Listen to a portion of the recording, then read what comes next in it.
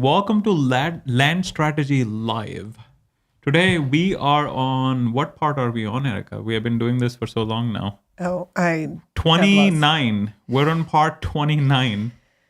And we are discussing the lost chapters. So this is $100 million lost chapters. So it's essentially all the chapters that did not make it into the Money Models book. And Harpreet is here. Hold on, Harpreet.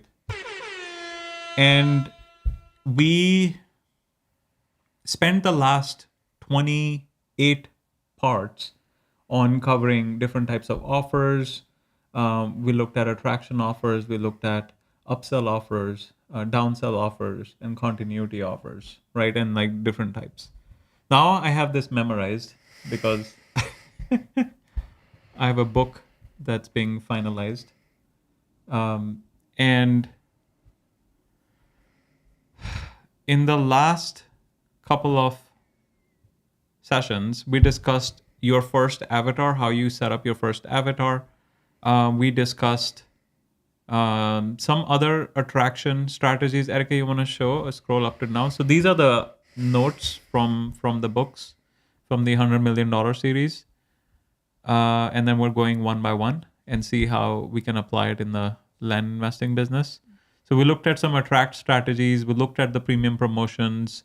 We looked at the pros and cons of premium promotions. We looked at free promotions and pros and cons of free promotions.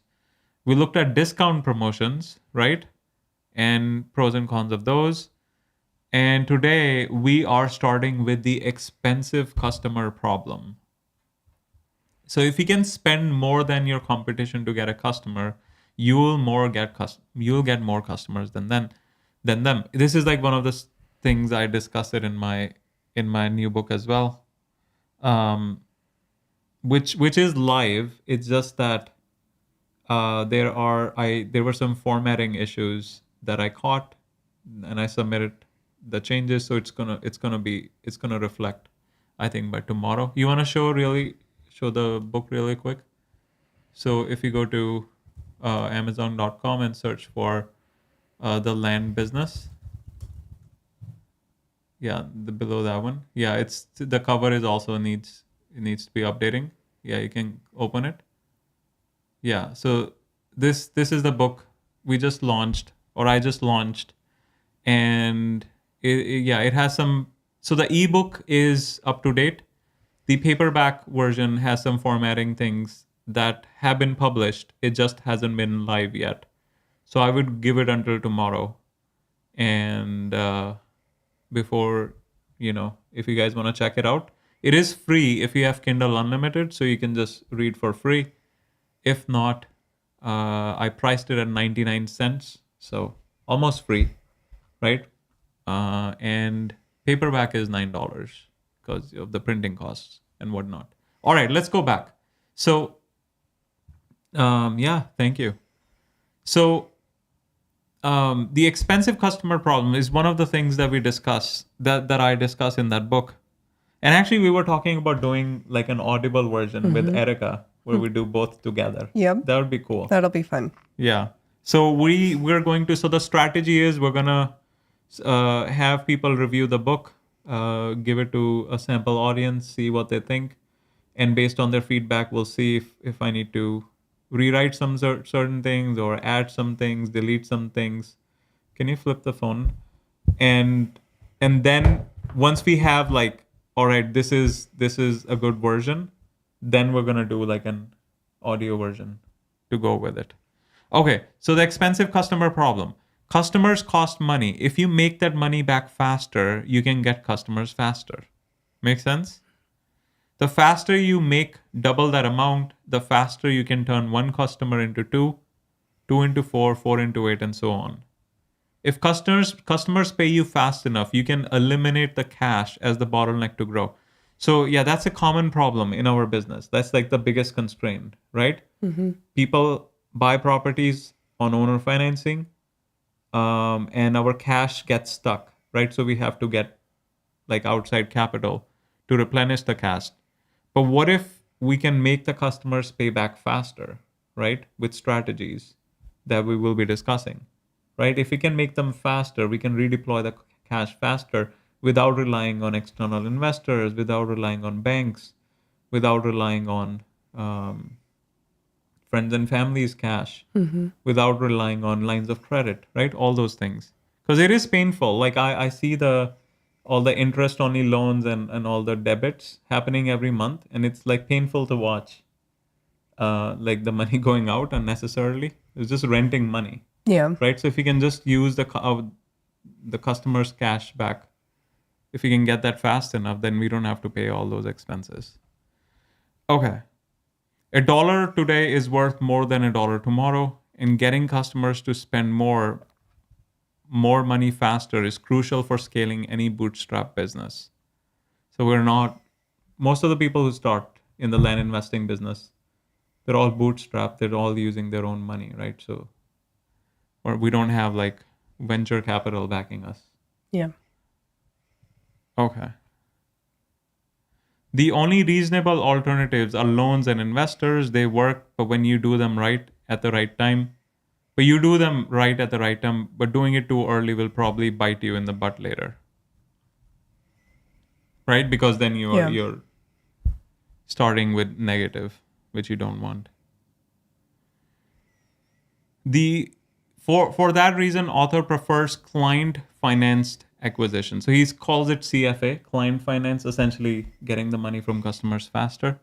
The author likes to be profitable day one and stay profitable on his own forever. That way, if author takes on loans and investors, he does it on his terms. So CFA, oh, Sonal is here. So CFA, or customer financed acquisition, is when 30 days of gross profit from a customer is greater than the cost of acquiring a customer, right? So say we spend, Are you going to define this? Because is that just advertising costs, like the cost to actually acquire them, or does that include the cost to deliver? So like the cost of the land itself. So yeah, that's where it gets tricky for us because we have to. Because. But the acquisition, from this context, we have to kind of like keep them separate. Otherwise, the math gets really complicated. Well, so my impression, you've done a lot more of a deep dive on his work, but my impression is this is thinking almost more like a service business where your primary cost is going to be advertising. If you're a business like ours that has a very high cost to deliver, to deliver? Or, well, I mean, you have to acquire the property in order to. Yeah. So for this to work in principle, CAC would also have to include our cost to acquire the property. Yeah, because then the gross profit also includes the cost of selling the property. Is the same thing. Right? Yeah. Because you're getting the money back when they pay, right? So ideally you want to sell everything on cash. Right. Yeah. But that's not the reality. Right. Right? It only happens in hot markets. We have seen it. We have experienced it. And then but the music can stop anytime. You don't know when the music will stop. Yeah. I mean, it's going to go through cycles. You'll have periods where you can really get a lot of cash sales, and then you'll have periods where you'll have to. Yeah. Most of the time you don't get quick cash sales. You have to work for it. Right? Like we're doing, like win money back campaigns and stuff. So yeah, but there are strategies, like how do we get them to get more down payment, right, upfront? How do we get them to get higher monthly payment and then call them every month, try to give them incentives to pay back early, right? Okay, so CFA essentially is when 30 days of gross profit from a customer is greater than the cost of acquiring a customer. So the amount you're spending on getting them. So say you spend a few $1,000s on land.com, a few $1,000s on other websites. So you're spending like $5,000 every month on marketing, and each lead costs you $50, and then each engaged lead costs you, like the person who ends up buying, costs you say $250. So if you can make $250, probably more than that, but yeah, if you can make $250 and the And the cost to cost of the property. acquire property in 30 days, then you can essentially keep on scaling, right? So Yeah. essentially a cash sale. So which is tricky in our business. So we should at least try to do It's it either, within, well, it's a cash sale or financed over like 6 months. yeah, financed over 6 months. Yeah. Because, And then we yeah. can get most of the money back in the Right. first 3 months. Yeah. So if we can do that, then we can like scale really fast because we can just keep redeploying the capital. Okay. In other words, it solves your cash flow problems. So when 30-day gross profits is greater than CAC, it costs money to get customers. You want to make the money you spend the customer back as profit in the first 30 days. Now it's easier to do it in a service-based business, right? Right. Where you are delivering like a community, or you have something, or like a delivering digital time. product, or you can digital product Yeah. like a software. You can Yeah. do that, right? Or like an app, those kind of things. Anything that's like not a widget. Right. Yeah. Or even a book, Yeah. right? Book, yeah. Book would be considered information, right? No, book is a physical product. I consider, yeah. You spend like Amazon ad, like I was looking, I just Yeah. published the book, and Amazon like, would you like to buy ads? Would you like to promote the book and buy ads from us? Right? They're making offer to me. And I was like, bro, I just wrote a book on offers. Right? So that's how big businesses work, right? Yeah. They want to continue But every you time. also do need to promote your book. So, Yeah. Yeah, of course. But we need to first, yeah. The money is being spent on promotion. Yeah. It's just that we need to make sure, let's get some initial feedback to see if the product needs improving or not. But yeah. All right. So you want to make the money you spend the customer back as profit in 30 days. That way you can use the money again to get another customer. Recycling money is how you get wealthy, right? You just keep redeploying. What if every customer injects enough cash in the first 30 days to get 2 new customers? 2x is author's minimum real life standard because he mostly does like services. That way you only need to buy your first customer, then that customer pays for every other customer, and you can grow the business as fast as it can handle. You pull 3 levers to make CFA work. So what are those 3 levers? Right? So this is one of the principles in my book as well. To grow a business, you either need to get more customers or you need to make them worth more. Yeah? It's well accepted truth in the business world now, right? You either advertise more and get more customers, or you make your existing customers more valuable by having them buy more products, right? To grow our businesses, we'll do both, right? Because that's how you grow fastest. But there's one more variable that the author cares about, and that's speed. The author doesn't care that a business grows. The author cares how fast it grows. And if you're smart, you can have it all. So you can get more customers, you can make them worth more, and you can do it fast. But how do you do it fast? By having them pay less than 30 days, right? So that's why there's some people who came in post-COVID, right, when the market was really hot, yeah. and they were like just skyrocketed to Yeah. like millions in revenue in the first 2-3 years. Yeah. I mean, we saw ourselves that one year where we could sell everything on cash. It really can just double your business in a year. And if you're able to do that every year, that's like, Yeah. Double. yeah. But the main thing is that was an anomaly, right? It happens once every 10 years. It's not a normal thing. And that's why a lot of people, like we saw this one guy, right? He was at the mastermind. So he made like $80,000 in like first few deals because North Carolina, he bought it at the right time. And he didn't even like buy it. He just did the contracts, right?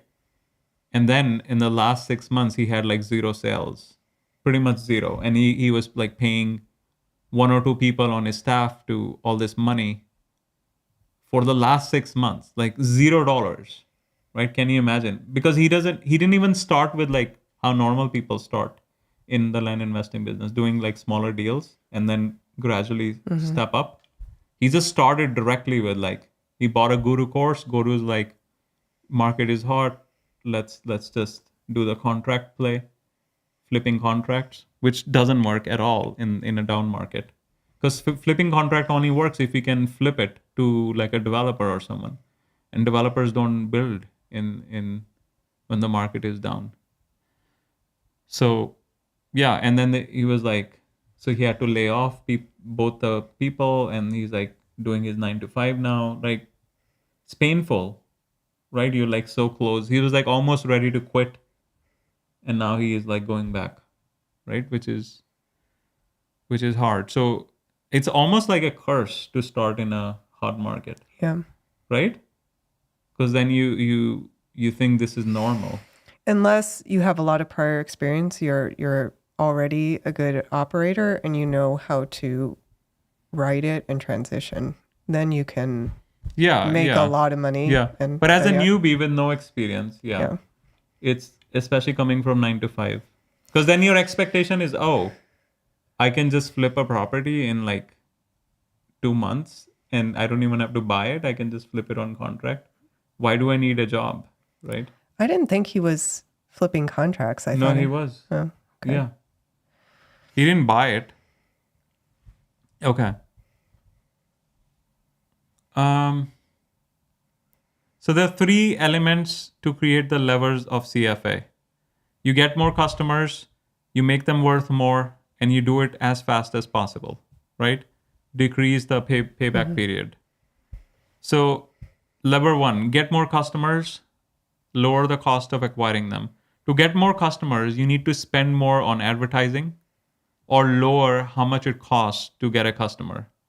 The lower the better, right? So you can spend more on like advertising on Facebook ads, Google ads.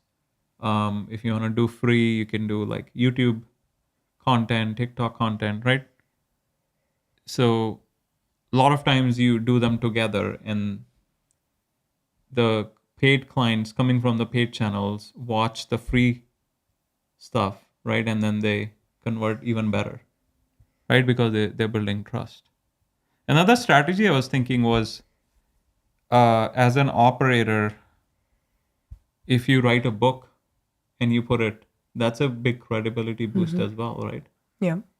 Because people will like, oh, this guy wrote a book, and he's clearly not a scammer, because scammers don't write book. Maybe it's something we can test with Harpreet and Sonal. Yeah. Have them write books, publish it. Or we're going to saturate the land investing book No, market. there's not going to be land investing. No. It will be land. It will be land, like before you buy land, kind of thing.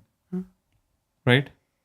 I mean, we can start with free lead magnets first, because book needs to have some meat in it, right? Yeah. That's not well known, right? Because otherwise no one's gonna. Yeah. I would think the best way to start is Due diligence. You'll be competing with Erica's book. Good luck. Because people need to be, they need to. I would think the best way to start is to just grow the YouTube channel. Yeah, YouTube channel. Down the line. Yeah, down the line you can do a book. Because a book is, like, honestly, how many of our land buyers actually look at the book? I'd say the YouTube channels. YouTube channel is the biggest. Yeah. Yeah. It's more like other land investors who are interested in the books. Yeah, that's true. Yeah, but it's something nice to have down the line, right? Yeah, I mean, Yeah, obviously. As long as It's- it has an angle that hasn't been covered. But I would think just going all in on the YouTube channel would be the first place to start. Yeah. Or, That's what I'm trying to do. But Harpreet's wife keeps on interrupting. Harpreet knows what I'm talking about. I was like, Harpreet, in your studio, you gotta keep it dark. Order these blackout curtains. Harpreet is like, oh, my wife vetoed it. She said, I don't like this style. And I was like, Harpreet, what happened to the blackout I curtains? vetoed it for a while too. And then, I was like, Harpreet, what happened to your blackout curtains? Your studio still has so much light in it, you know? And he was like, oh yeah, my wife didn't order. although I have to say, now that they're up, I really fought them. But now that they're up, they do help you focus. Yeah. If they you're help in you like not only a help you closet, focus. yeah. For me, I like the reason I chose this house and I, kind of convinced you is because, I was like, oh, with some kind of view, we should have some kind of view, right?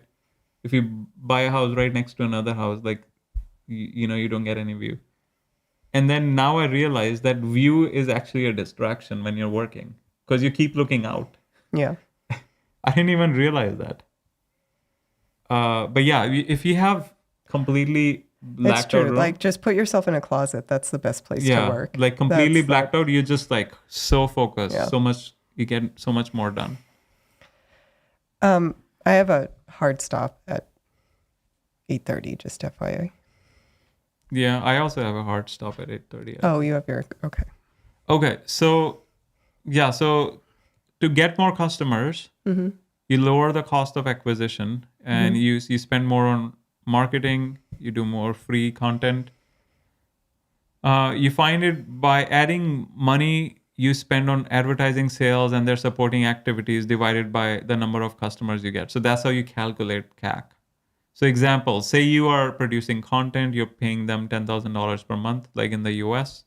Each month you acquire 10 new customers. So the CAC would be 10,000 divided by 10 is 1,000 per customer. This was kind of what I was getting at earlier, because the way he calculates it, he's really only looking at advertising costs, right? But in our business, you would also need to. You will cost of acquisition. Yeah. Which does make it harder, much harder to achieve his. Yeah. Once again, the problems we're solving are hard by nature. If they were easy, Yes. Yeah. right, we wouldn't even be in business, right? Because it will be like completely saturated. Think about it, right? Yeah. Everyone would be doing this. We're solving problems like this, and if we can solve them, it like doubles and triples our revenue, right? So it could be like we're trying to solve a $5 million problem. Right. It's not going to be easy. It's a $5 million problem. You solve it, you get $5 million for the rest of your life.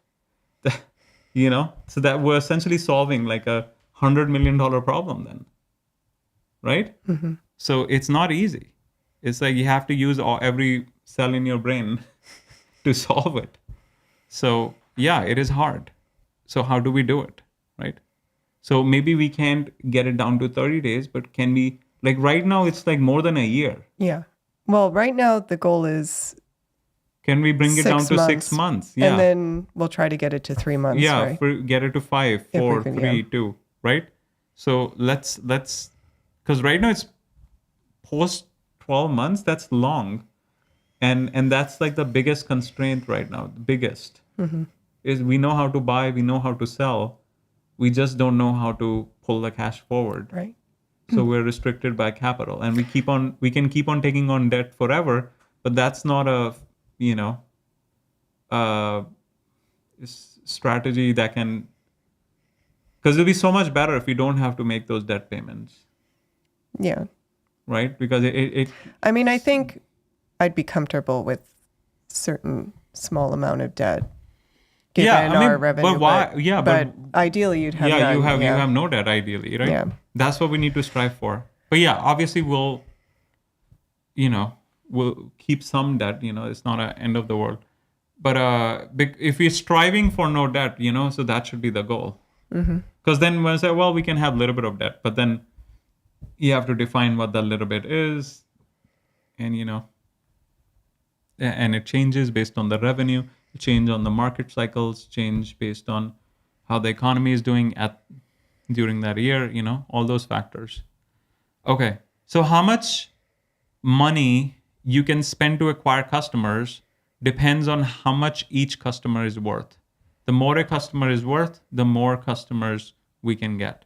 So a very simple example would be, say we sell candy, right? So we have shop A and shop B. So Erica, you have a shop and I have a shop, right?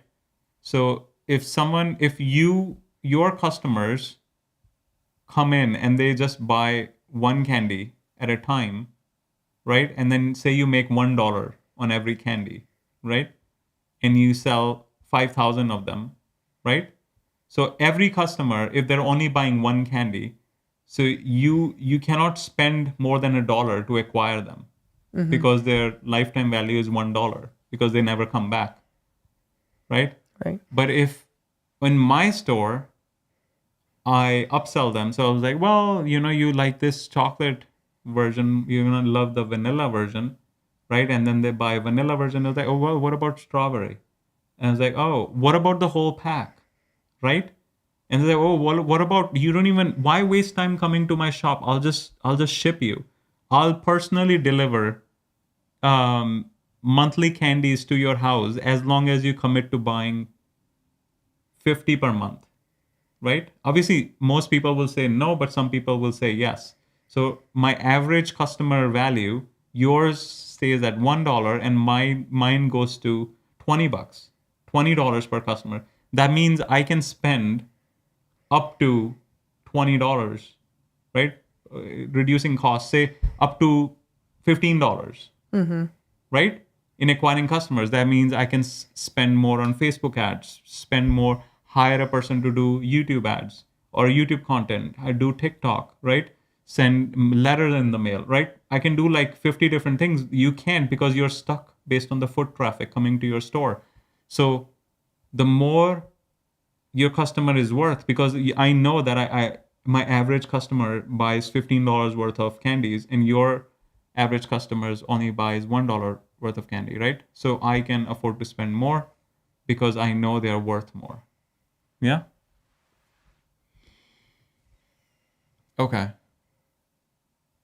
So lever number 2, make the customers worth more. So you increase their lifetime value or lifetime gross profit. So to get more customers, you spend more money on advertising. But to spend more money on advertising, we need to make more money from the customers we have, right? Otherwise, where's the extra money coming from? So gross profit is how much you make from a customer after factoring in the cost of delivering that thing. You find it by subtracting the price customer paid for the thing minus the cost of fulfillment. Yeah? The higher the gross profit, the better. Yes? For example, you sell widget for $100. It costs $20 to make. You ship it to the customer. So the gross profit is $100 price minus $20 cost, which is $80. Yeah? And then he has a service example. So if we make more from each customer, we can spend more money to get them. We want to make as much money as we can as fast as we can. Make sense? Okay. So the third lever is decrease PPD, payback period, right? So lowering CAC and raising GP, gross profit, doesn't happen in a vacuum. It happens in time, right? So scenario A, customer pays for themselves today, you get another one tomorrow. Scenario B, customer takes 30 days to pay for themselves, you can get another one in 30 days. You see the problem we're having right now? People are like, oh yeah, I'm gonna put put a hold, I'm gonna pay next week, and you call them and then they don't pick up, and then you keep calling them and they send a text, oh yeah, I get paid in 2 weeks, can we extend the hold till 2 weeks? And then we extend it for 2 weeks and we call them, they don't pick up, then call them, they don't pick up, they call them, they don't pick up, and then they disappear, and we just wasted like 3 weeks, right? It's been happening like multiple times now. Yeah. Some people will pay right away, but others are like they'll keep dragging and then disappear. Yeah. I mean, I think it every now and then, although there'll be like some person who keep dragging and then they eventually pay. Yeah. So it's very hard. It's not like we can just cut off all the customers. I'd say most of the time they pay, They do. unless there are a bunch of these that don't. No, they would go through me first. Because on that list, one has dropped out so far. The others have Paid. So paid. they're using delaying strategies. They get too excited. Yeah. They get too excited. Oh, it's only I'm still trying to think about how to solve this. I mean, ideally, when they're on the phone, we would get payment. But there is also the reality that it's a high ticket They item. just don't have People, a lot of the time, people just don't have it at that point in time. well, Harpreet, So- how are you gonna charge if they don't return your phone calls? Yeah. Yeah, we know we need to charge them for extended hold, but they just Yep. they're not gonna respond to your phone calls. I think you do have to be careful with extended holds. It's No, he's saying charge them. Like, yeah, I can hold it for a month. It's gonna cost 500. well, no, I mean you shouldn't. Ideally, For free, we shouldn't be. yeah, you shouldn't hold it for free unless there's like some really Unless they pay the unless doc they fee. pay the doc fee. Which did he pay? The guy from today? Tomorrow he will. He said he will? Yeah. You gave him a 1 month free hold if he pays the doc fee. Yeah. But it's he was like crying on the phone, right? Mm-hmm. He was like, he really wanted the property, Yeah. so we made like an exception. Yeah. What was he saying? Like he's like, is it the first time he's buying it? Yeah, it has a lot of personal meaning to. Well, owning land has a lot of personal meaning to him. It's like a spiritual thing.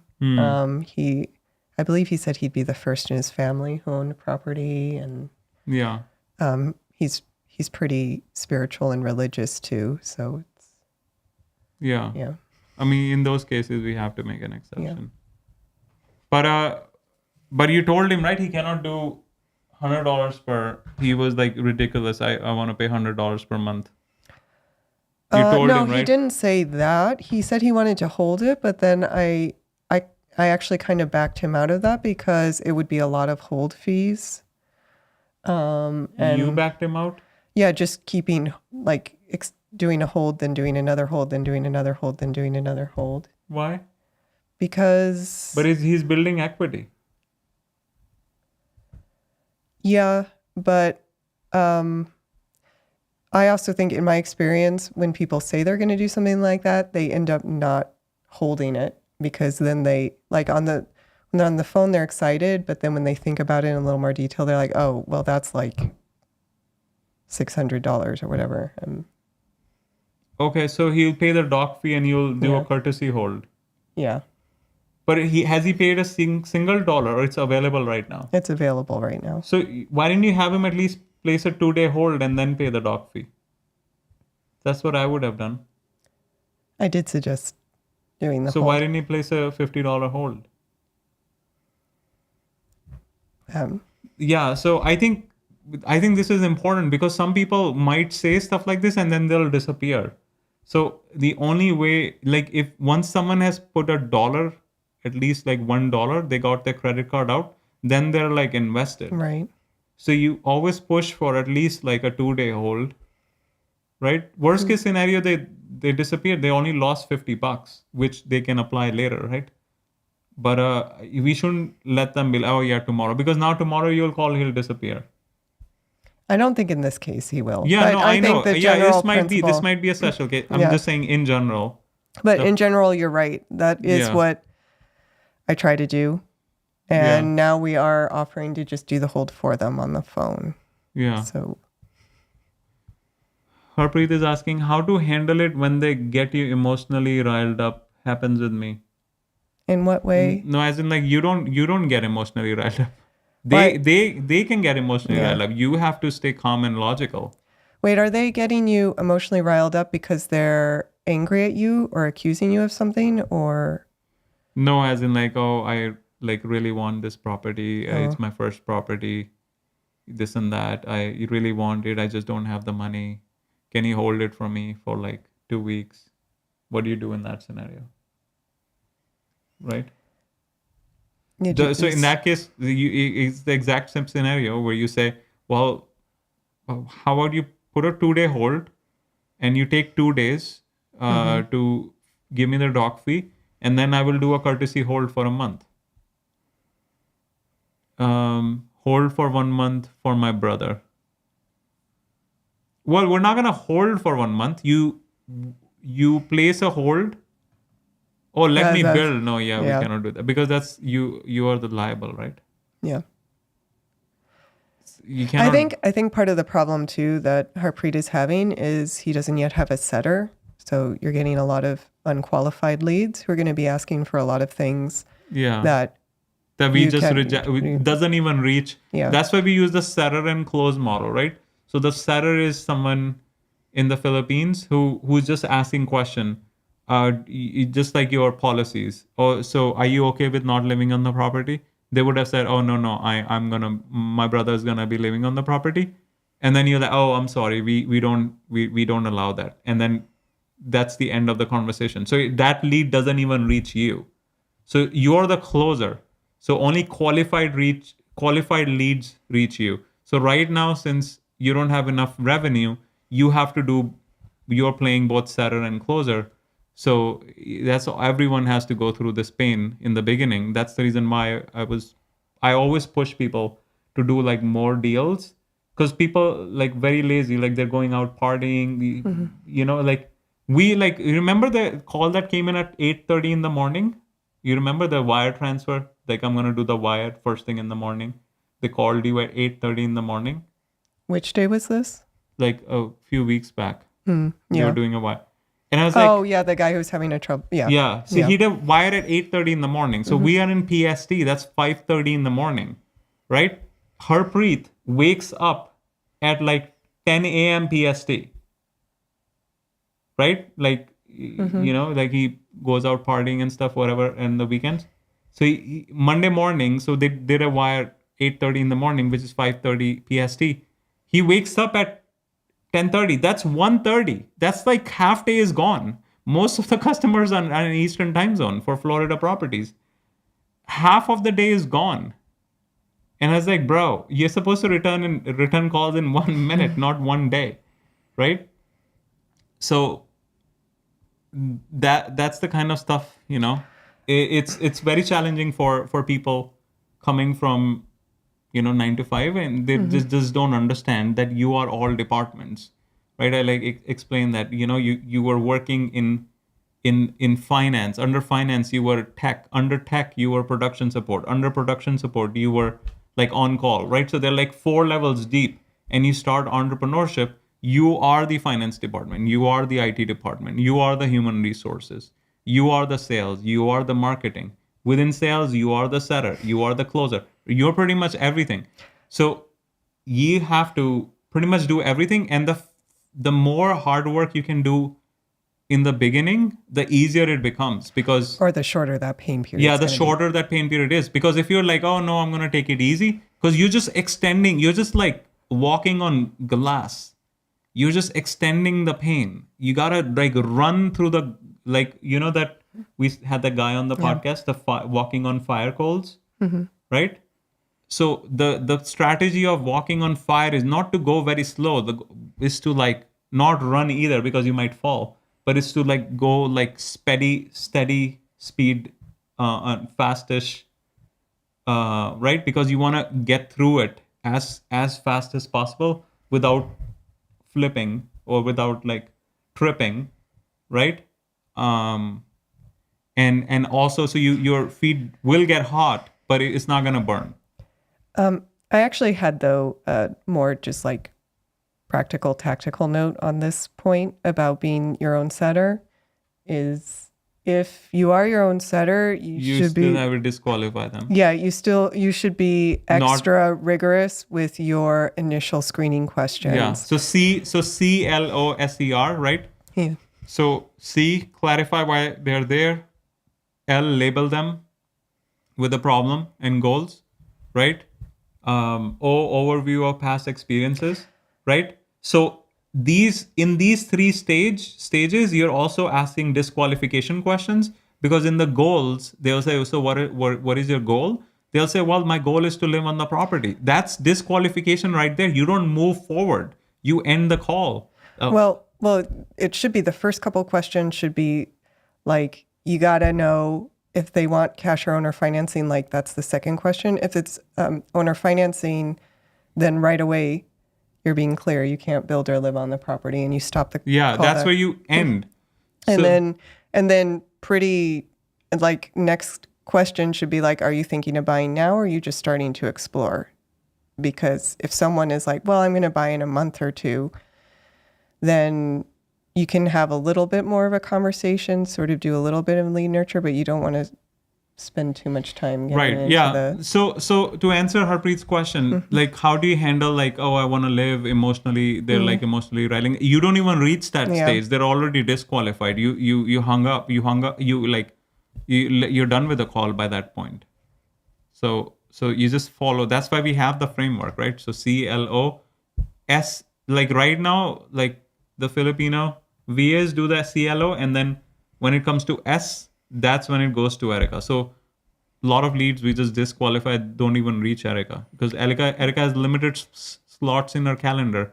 We want to fill them with qualified leads, just like your calendar has limited spots. So if a lead calls and they're going to disqualify themselves, we're not going to waste time on them. But yeah, if you're doing everything yourself, you need really strong scripts, and you got to be like rigid. Well, but he also doesn't. He has like 3 properties, so he's not getting like That's the true. amount of Yeah. leads we are getting. Yeah. Okay.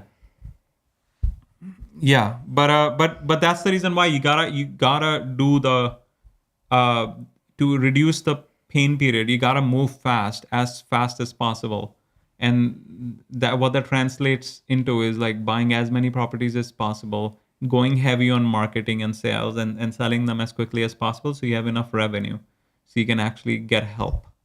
Otherwise, you're just gonna be in pain for a long time, and it's just not ideal, right? Because then you some people they just stay there and they're like, oh, this is not for me, and then they go back to 9 to 5, which is a shame, because they might have been just 2 months out from the pain period.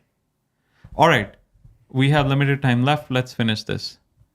So CFA level 3 is do it fast, decrease PPD, payback period. So lowering CAC and raising gross profit doesn't happen in a vacuum. It happens in time. If a customer pays for themselves, you get another one tomorrow. If it takes 30 days, you get another one after 30 days. So in scenario 1, you can grow 30 times faster. In the real world, speed matters. The technical term is PPD, payback period.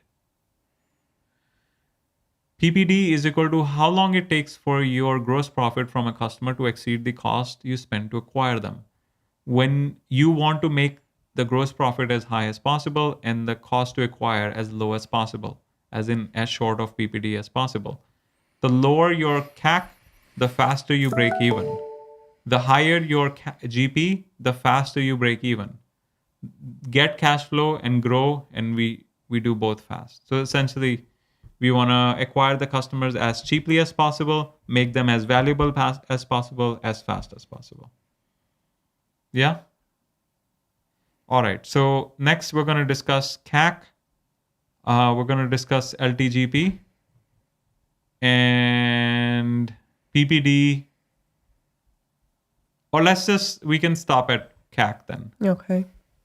Let's see. Okay, so 8:20 we can wrap up. Okay, so cost to acquire a customer. How much does it cost for you to make money? Every business owner wants a new low-cost way to get a new customer. But the lower your CAC, the better your ratio is between you and what you spend and what you make. To spend $10, if you spend $10 to make $1,000, it seems much cooler than spending $900 to make $1,000. Unlike lifetime gross profit, CAC is a hard science. You can and should know how much it costs to acquire a customer each month by channel. Yeah, so he gives some examples. Okay, so calculate CAC in the business for last 3 months per platform. The results may surprise you.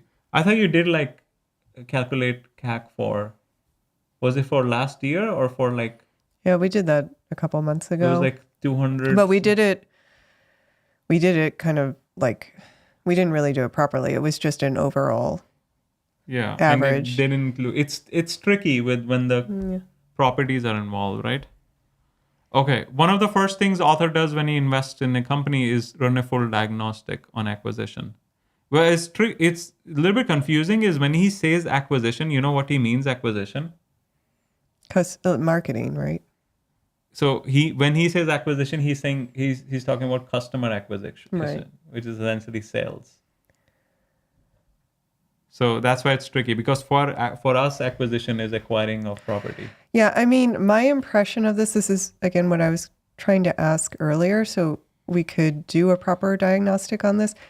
It sounds like the principle here is pretty simple. You want to essentially make double the full cost it takes. Minimum is double. Yeah.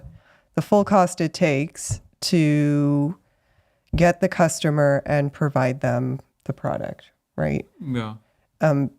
Because this kind of calculation seems like it's primarily for a service business where marketing is going to be your biggest cost. Of course, in our business, marketing's like a very small portion. The bulk of it is the property acquisition. So yeah, I think our analysis is going to primarily be just what did it cost all in to acquire the property versus what did it cost to sell it. Yeah. I mean, even if you remove the other way to do it is just take it out of the equation. How much you're spending on marketing? Yeah, and I mean how much that's what we've done because when I did do that quick analysis on our marketing cost, it was so small compared to all other costs that it was. But that was per lead. It was not small. That was like $200 something per lead. How is that small? Yeah, I guess we didn't look at because we didn't aggregate it up to you lump all those leads, all the costs of all those leads. It was not small, Erica. Yeah. It was $200 something per lead, which is a very high number. Okay. So because the profit you don't get back right away, you get it over like 3 years, 4 years, right? So that $200 you need to make back. Because you might say, oh, the doc fee is $600, but the doc fee is also, what about all the cost of staff, cost of paying you, paying me, cost of, like it's not a lot of money. So that's the reason if we can sell everything on cash, then it becomes impressive. But if you're selling on terms, you have to use strategies to move the cash forward. Otherwise, it's not. That I understand. Impressive. My question for this is just if we really wanted to do a full analysis on CAC, what would our it will basically be the look average price, average cost of acquisition as well will come into play, right? Some properties we're buying for 3,000, other we're buying for 25, right? So we'll have to do an average, right? Okay. Unless you you just are in like 5 locations, those are the only places you always buy, and it's always between this tight range. Okay, so half the time the author finds a channel that's doing significantly better than others, then we do more of that one, and it gets us the best CAC. If we can't get CAC any lower, our next big lever is to increase how much we pay compared to our competition, which we can do by increasing lifetime gross profit. Yeah. Although I guess actually the point of focusing on marketing is because you can't necessarily control the cost to acquire the property, but you can control to some degree your marketing costs. So that's why you do this detailed analysis, because you're trying to make the most out of your marketing So you can dollars. spend more money on marketing and acquire more customers. So we probably should do a detailed analysis like this to see which channels are actually working well. Yeah, I mean, the moral of the story is we need to move the cash forward. We need to make our customers more valuable by having them buy more properties, and we need to lower the CAC by doing more free content, like YouTube, TikToks, shorts, those kind of things, right? So we're chipping away at CAC, right, making it lower, and we're increasing LTGP by pulling cash forward.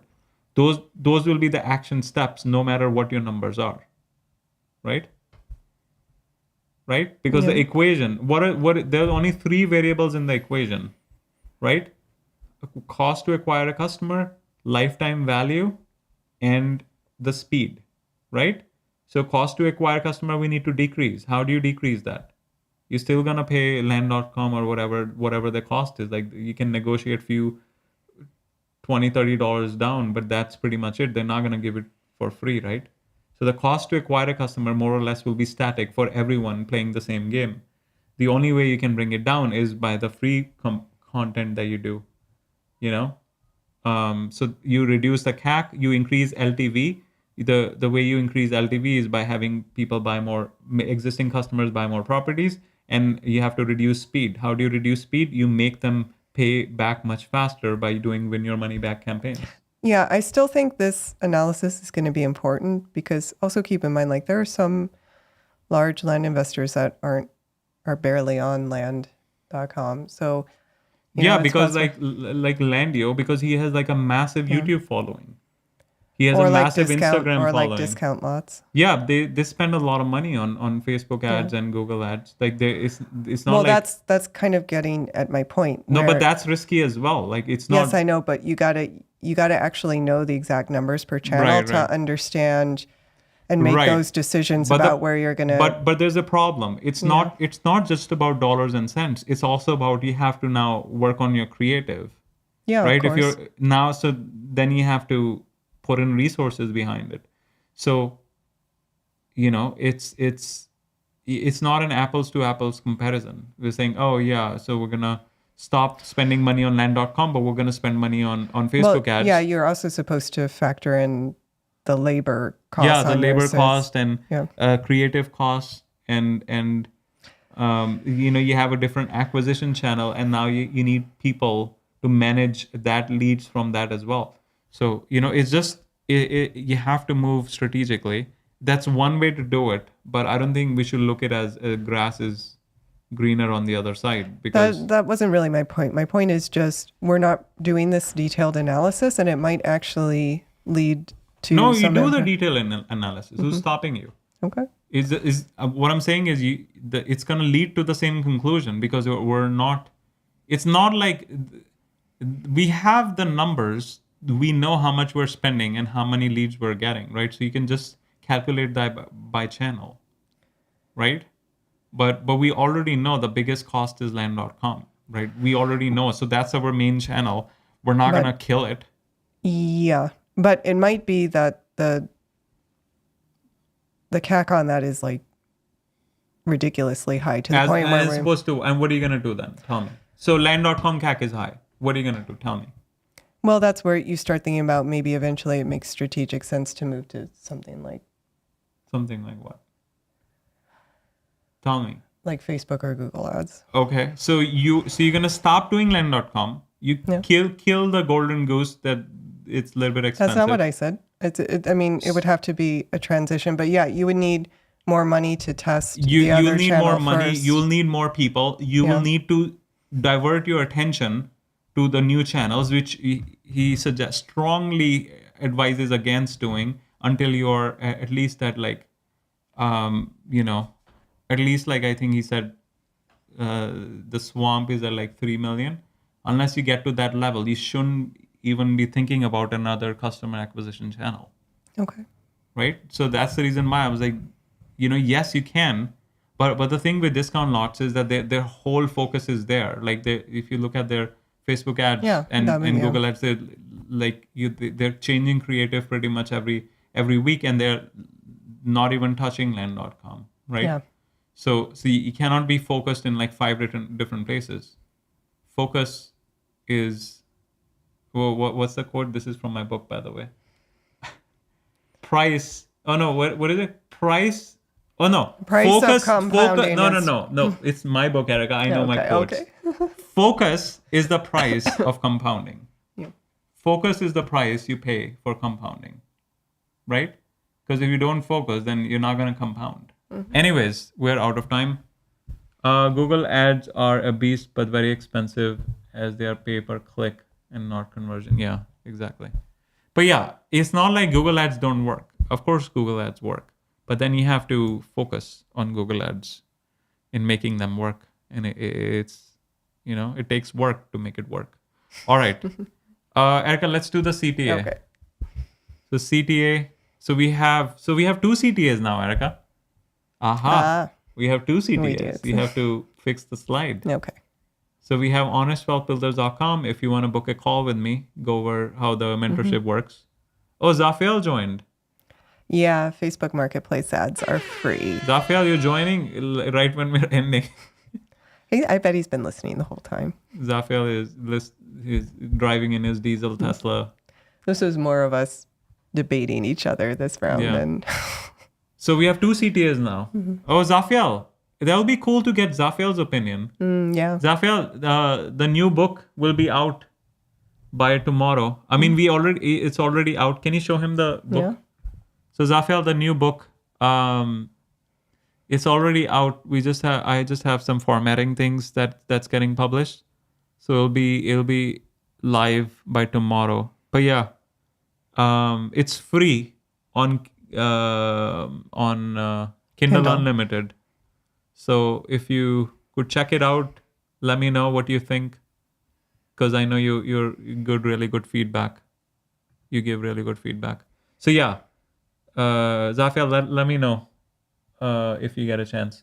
But yeah, so two CTAs now. honestwealthbuilders.com. If you want to book a call with me, we're going to discuss what we do inside our mastermind, mentored mastermind, and the other CTA is the book.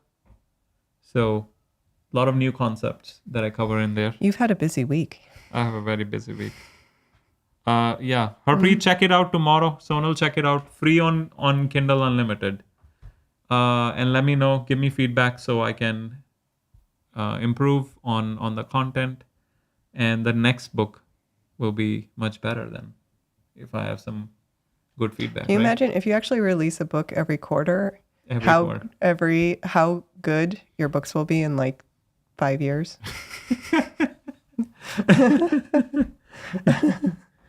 I'll take a look. ChatGPT, write it. ChatGPT edited it. It has I knew it's gonna be like a ChatGPT. It's pretty much everywhere now, but that's why it's mostly personal stories. So I made it so that people can copy it. Right? That's the way Alex Hormozi does it as well. He's like, well, just put personal experiences in your content, and no one will be able to copy it.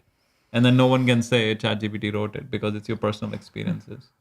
That's the only way to distinguish AI with human, right? Humans have personal experiences and AI doesn't, right? Can you imagine someone writing a book and they don't have any stories? ChatGPT can do a better job, right?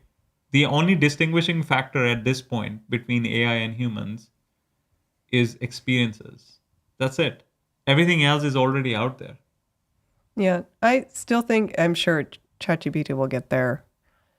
Well, personal experiences. No, I mean, well, if you're talking, I guess it doesn't matter if you're talking about fiction because that's a completely different thing. But I think I'm talking about non-fiction business, right? Updating and making new versions can help if it's reference. What do you mean if it's reference? Fake personal experiences it can manifest.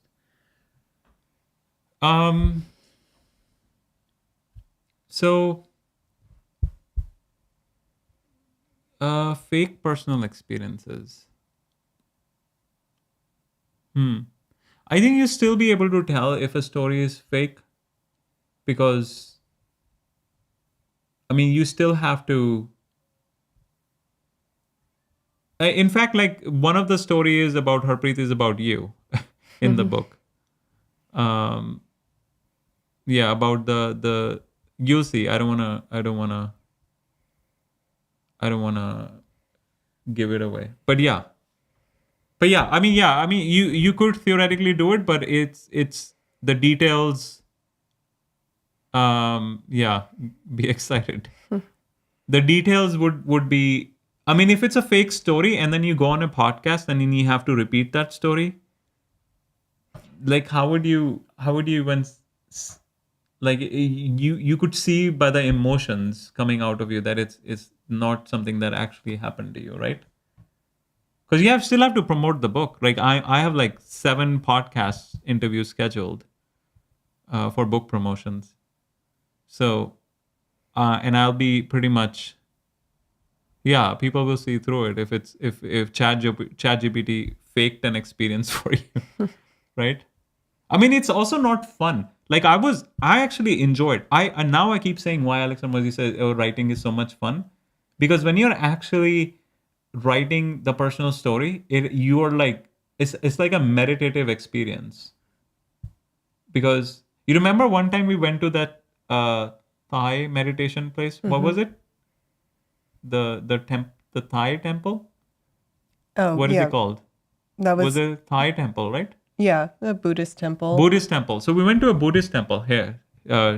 Harpreet, real story, not ChatGPT, right? So we went to a Buddhist temple, and so essentially they had like this meditation hour. You come in, you don't have to pay anything, and then it's not even meditation. You basically sit silently, close your eyes, you sit silently for an hour, and you have the whole room doing the same thing. You have like priests, you have like monks, right? They're all just sitting there in silence. They ring a bell, the silence period starts, and after an hour they ring a bell, silence period ends, right? And then you can ask the monks questions. So we did that. Erika, you did it and I did it, right? And then your experience was completely different than mine, Yeah. right? So I was like thinking on like very very back in like very like childhood, like playing cricket and all those things, like some completely random. I don't even know where the thoughts were coming into my head because they were so deep, like so back. Like I like haven't even thought about like for so long, right? That was my experience, and your experience was like, oh, my back hurts.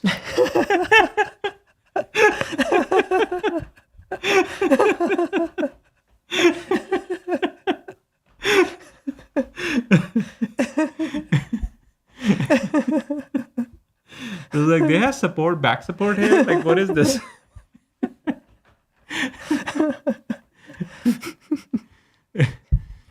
So, and you're like, "Oh, does your back hurt? Like, it's the like my feet also hurts. It's like sitting in the same position for like an hour on the ground." So, yeah. The point is like when you're writing a book and you're talking about your personal experiences, you have the similar kind of meditative experience because you're like thinking, because you're like, so you essentially, the way to explain like any kind of education, and if you want other people to understand what you're saying, there are only like 3 ways to do it, right? You can either tell stories, or you can use analogies, metaphors, or you can use like some kind of a comparison. So it's like metaphor and analogy are like 2 different things. So yeah, so three ways: stories, analogies, and metaphors. Those are the only 3 ways you can explain someone a concept that's easy to understand, right? So for example, like during COVID days, it's like so easy to spread false information because someone will like, oh, I had this friend, he had his neighbor, and he took the vaccine and this happened, right? And then like, well, and you're telling this to your cousin, and the cousin is not going to doubt you, right? And you heard this story from someone else, so there is no like truth, like there is no like verifiable truth to it. But since it was told in a story format, you kind of like, it's easy to understand, as opposed to saying a doctor coming on the TV and explaining their like it has to be like 80 different variables have to align in this way for the vaccine to react in this negative way, which is like 1 in 5 million chances or whatever, right? And then you'll be like, oh, doctor is full of crap, but I trust my cousin more, right? So that's kind of thing. So when you teach through stories, it's easier to transfer information. Landowner Capital has entered the chat. Oh, Anoop. How are you doing, Anoop? Anoop, you missed the whole show, by the way. Yeah, because If the book is a reference or training Yeah. material, you can update it as the world and new information becomes a... Oh no, it's not. It's not a reference material, Zafiel. It's mostly stories and principles. So the subtitle of the book is Timeless Principles You Can Apply in growing your business. So yeah, it doesn't have any. It's not dry. So it's a very light read. Okay, yeah, we need to stop. Oh wow. Okay. Yeah. All right, guys. We'll see you weekend around Saturday or Weekend. Sunday.